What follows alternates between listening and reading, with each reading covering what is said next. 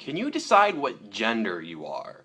Now, that's a question that I've heard asked a few times in a few mediums, especially on Tumblr, where the idea of like identity and stuff is a huge topic of discussion. People love to talk about accepting other people and embracing their choices, but the question is, if someone considers themselves to not be the gender that they were born as, for example, if they're biologically male, but they consider themselves female, or they are biologically female, they consider themselves male, or if they don't consider themselves either one of those.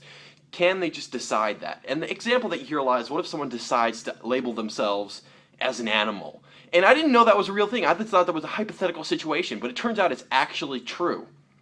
There are pages on Tumblr. Like, I remember reading this one, this was like months ago, so I don't know if I could find it or not, but it was about this woman who identified as a cat.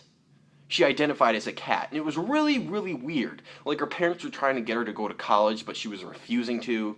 She pretended to, but then had a giant anxiety attack, and she ran outside and rolled around in the grass. She said one of her big, long goals is to like go into the woods and live mostly off of food she can find. It's really, really weird. You know, most of us would say, no, you're wrong, you're not a cat, you're a human. But can you do that with gender? Like if someone says that they are female even though they're biologically male, can you say, no, you're male?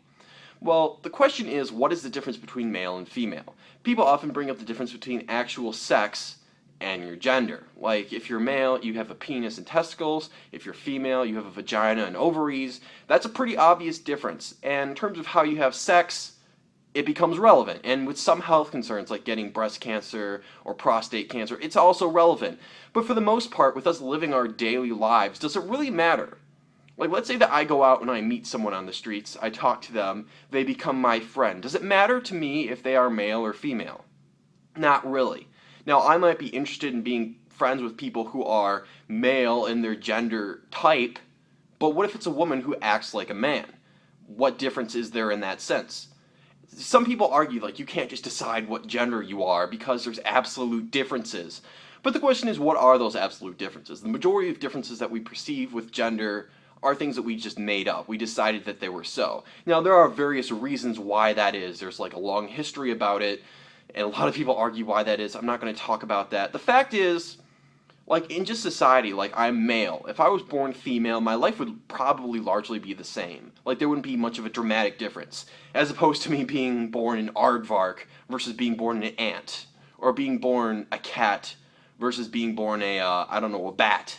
Those are very different lives. Between being a human male and a human female, there's not a huge difference.